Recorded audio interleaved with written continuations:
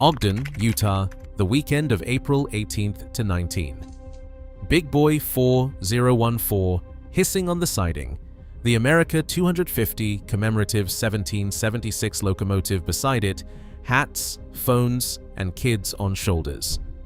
Union Pacific brought one big boy across 4 states and pretended that is what heritage means. 600 miles south, in a climate-controlled building in Denver, sits 4005, the identical sister to 4014, locked behind rope and glass. In St. Louis, Green Bay, Omaha, Scranton, Frisco, and a Cheyenne Park sit 5 more. 7. Big boys. Same class, same builder, same year. Why does Union Pacific parade one across the country while refusing to acknowledge the other 7 even exist? And why is 4014 the last big boy that will ever move under its own steam? April 18th, 2026. The Union Pacific.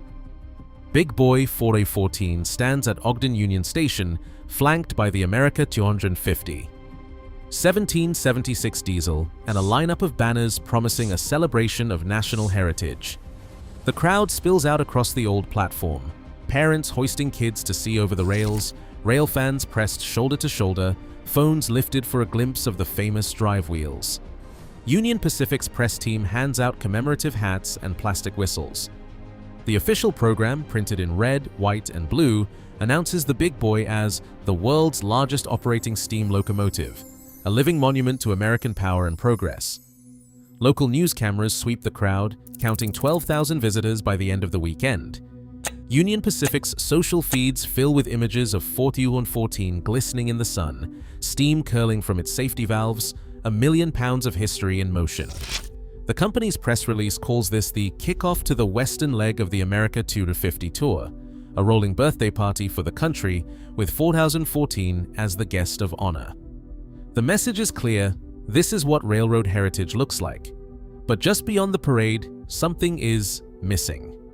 The banners name only one big boy. The speeches mention only one survivor. For 2 days, 4014 is made into a symbol, the entire class distilled into a single moving machine, while its sisters, identical in every technical respect, are locked in glass cases or left out in the weather, their stories trimmed out of the narrative. The spectacle is real. So is the silence. Union Pacific invites the country to celebrate the legend of the Big Boy, but the legend they sell is the one they have chosen to keep. Those are the numbers UP puts on the press release. Here is what they leave out, starting with what every one of these locomotives actually did before the curators got to them. 25. That number is etched into ALCO's build sheets, the count of big boys ordered, built, and delivered between 1941 and 1944 for Union Pacific. Each one rolled out of Schenectady as 4884, a code that means 4 leading wheels, 2 sets of 8 driving wheels, and 4 trailing. No other steam locomotive in North America ran with that wheel arrangement at this scale. Every big boy weighed in at over 1.2 million pounds, engine and tender combined, and stretched more than 132 feet from coupler to coupler.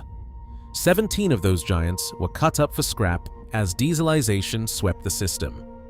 8 survived the torch, scattered from Cheyenne to Scranton, Denver to St. Louis, Green Bay to Frisco, Omaha, and Ogden. Each one is stamped with its own builder's plate, serial numbers cross-referenced in ALCO's original ledgers, and Union Pacific's own museum roster. The retirement files in the ICC's docket show a clean break. By the end of 1962, every big boy was out of service, their final mile logged, their last fire dropped. The survivors tell a story in numbers. 4006, now in St. Louis, logged 1,064,625 miles. 4014, the one Union Pacific chose to resurrect, finished its career with 1,031,205. These are not museum pieces that spent their lives on display. They are machines that circled the globe's worth of track again and again until their time ran out. Restoration is not a matter of dusting off the past. When Union Pacific announced its plan to bring 4014 back to life in 2013, the internal estimate landed just over $4 million. That figure covers more than paint and polish. It paid for ultrasonic mapping of the boiler, custom cast replacement parts, and the labor of a dedicated team led by Ed Dickens. The paperwork, board resolutions, cost breakdowns, contractor invoices reads like a ledger for a moonshot. All 8 survivors are accounted for, but only one runs. The rest stand silent, their million-mile records gathering dust behind railings or under open sky. The numbers are clear: 25 built, 17 scrapped, 8 remain, only 1 moves. That is the arithmetic of Union Pacific's heritage: 1 engine chosen, 7 left behind. The ore is real, but so is the fine print. The big boys were not built for nostalgia. They were built for war against the mountains themselves. In 1940, Union Pacific's engineering department faced a simple, brutal problem: how to move 3,600-ton freight trains over the Wasatch Range without stopping for helpers or splitting the load. Diesel power was still unproven on the high passes. The answer came stamped in steel from the American Locomotive Company's Schenectady Works, a 4884 articulated machine, every inch calculated for force and endurance. This was a locomotive that weighed more than 1.2 million pounds, engine and tender combined. The boiler stretched longer than most city buses. Each of the 16 driving wheels stood as tall as a man. The tractive effort, 135,375 pounds, meant a big boy could drag a string of loaded reefers up a 1.14% grade without breaking stride. The firebox alone covered more square footage than some apartments. At full throttle, a big boy could turn 7,000 gallons of water into steam every hour, burning through 12 tons of coal before the next water stop. The Wasatch was unforgiving. Snow, wind, and altitude punished lesser engines. The big boys were designed as the answer to a question no other American railroad dared to ask: what if you could build a locomotive so powerful, so self-sufficient, that it could make the climb from Ogden to Green River without a push from anything else on rails? Union Pacific's own specs demanded it: a single engine, no helpers, no delays, no excuses. The 4884 arrangement was not just for show, it was a weapon against geography and time. During the war years, these machines became the backbone of the overland route. They hauled tanks, ammunition, grain, and troop trains, sometimes at speeds that made dispatchers nervous. The big boys were not delicate. They shook the ground, rattled windows, and left cinders in the teeth of anyone foolish enough to stand too close. But every ton they hauled over the Wasatch was a victory logged in Union Pacific's ledgers and in the war effort's supply lines. Numbers tell part of the story: 1,210,000 pounds, 135,375 pounds of tractive effort, 132 feet from coupler to coupler. But the real measure is in the work, mile after mile, grade after grade, year after year. These were not museum pieces, they were giants built to conquer the mountains, and for a brief, roaring window in American history, they did exactly that. 1,000,000 miles is a number that sounds impossible until you see it stamped in steel. Union Pacific 4014 ended its working life with 1,031,205 miles on the clock, every one of them earned the hard way, dragging freight over the Wasatch and Sherman Hill through storms, darkness, and wartime urgency. The service card, tucked away in a Cheyenne file, doesn't say how many nights the crew spent watching the water glass or how many times the fireman's hands blistered shoveling coal at altitude. It just logs the distance, Ogden to Green River and back, again and again, until the rails themselves wore thin. But the big boys were never invincible. On April 27, 1953, in Red Desert, Wyoming, Big Boy 4005 was leading a 119-car freight at 50 miles an hour. A misaligned switch, a slip, and then the world turned sideways.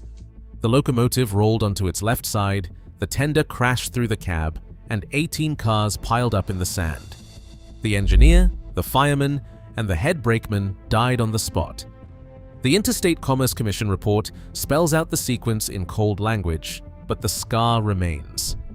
Walk around 4005 today at the Forney Museum in Denver, and you'll see it. a welded seam running down the left side of the boiler, a permanent mark where steel was torn and stitched back together. Union Pacific repaired 4005 and put it back in service. That was the calculation: machines could be fixed, crews replaced, and the schedule would not wait for grief. The big boys were built for endurance, but not for immortality. Each one carried its own tally of close calls and narrow escapes, written in maintenance logs, and sometimes in physical scars. The story of the class is not just about numbers, miles run, tons hauled, but about the cost exacted along the way. Every survivor bears the evidence. 4014's million-mile badge is a point of pride in Union Pacific's marketing, but visible wounds, like the welded boiler on 4005, are left out of the official story. The legend is power and scale, but the legacy is work and risk. 7 big boys stand silent, their service reduced to plaques and static displays, while 4014 runs as the chosen ambassador. The rest are reminders that even giants can fall, and that every mile came with a price. The roll call of survivors is next, but their stories begin here, in the gap between glory and consequence. West of the Mississippi, 7 big boys stand as relics of another era. In Cheyenne, 4004 sits in Holiday Park, battered by Wyoming's wind and snow. Donated in 1974, it was meant to honor local industry, but decades of exposure have left its paint faded and its steel rusting. There is no shelter, no restoration plan, only a periodic coat of paint to hold back time. Its massive frame rests on concrete, outlasting the generations who once climbed aboard for photos. Denver's Forney Museum keeps 4005 indoors, but the scars are permanent. This is the only big boy involved in a fatal wreck. The weld down its boiler, a reminder of the 1953 accident. For a brief period, it was converted to oil firing in 1946, but the experiment failed. The engine's story is preserved, but its moving days ended long ago, its maintenance log untouched since the Nixon years. St. Louis houses 4006, the Mileage King, at the Museum of Transportation. With 1,064,625 miles, it outworked every sibling. Protected from the Midwest's harsh weather, it is displayed with a polished million-mile plaque, but the tools of its trade, the water scoops and the fireman's shovel, are locked away. Restoration is off the table. Interpretation is the mission. At Scranton's Steamtown, 4012 stands under a partial shed. The National Park Service's stance is clear: preservation, not operation. A 2022 study put overhaul costs at over $7 million, an impossible sum. Corrosion control and public tours are all that is promised. Each engine reflects the limits of local and federal stewardship. Giants at rest, preserved but never revived. Green Bay's National Railroad Museum holds 4017 under a steel and glass pavilion, a climate-controlled bubble that keeps the Wisconsin humidity at bay. The museum's annual report lists $150,000 earmarked for corrosion monitoring and cosmetic care. Enough to keep the paint from peeling, not enough for anything more. There is no machine shop on site, no skilled crew waiting for a restoration order. The engine rests on static rails, polished but silent, a showpiece for tour groups and field trips. Down in Frisco, Texas, 4018 sits at the Museum of the American Railroad. It was once floated as a Hollywood restoration candidate, but the film deal vanished, and so did the money. The locomotive remains outdoors, exposed to the Texas sun, the tender streaked with water stains. The museum's strategic plan admits what the site lacks: no climate-controlled shop, no funding for a full overhaul, and no realistic path to operation. Omaha's 4023 completes the roll call, perched above the Union Pacific Main Line at Lauritsen Gardens. It is the only big boy ever displayed in the railroad's hometown, but the location is more symbolic than practical. There is no cover, only a fresh coat of armor yellow and a view of the yard below. The city's parks department handles the minimal upkeep, but the locomotive's future is set, static, outdoors, and off-limits to any notion of running again. Across these sites, the divide is clear. Some engines are kept in climate-controlled pavilions, others are left to rust in the open. The difference comes down to budgets, not sentiment. Where there is a museum endowment or a city willing to pay for a roof, the steel lasts longer. Where there is not, weather and time do their work. In every case, restoration is a word for maintenance, not resurrection. The logic is institutional, the outcome unequal. 7 big boys, 7 different versions of preservation. None with the means or mandate to run again. The decision to resurrect only one big boy did not come from a burst of nostalgia or a curator's wish list. It came from a committee room with spreadsheets and cost matrices laid out beside faded shop diagrams. Union Pacific's Heritage Restoration Committee, tasked in 2012 with evaluating every surviving big boy, reduced the question to 3 columns: feasibility, public relations, and the price of making a £1 million artifact move again. The minutes from those meetings read less like a preservationist's dream and more like a risk assessment for a rolling investment. The numbers dictated the choice.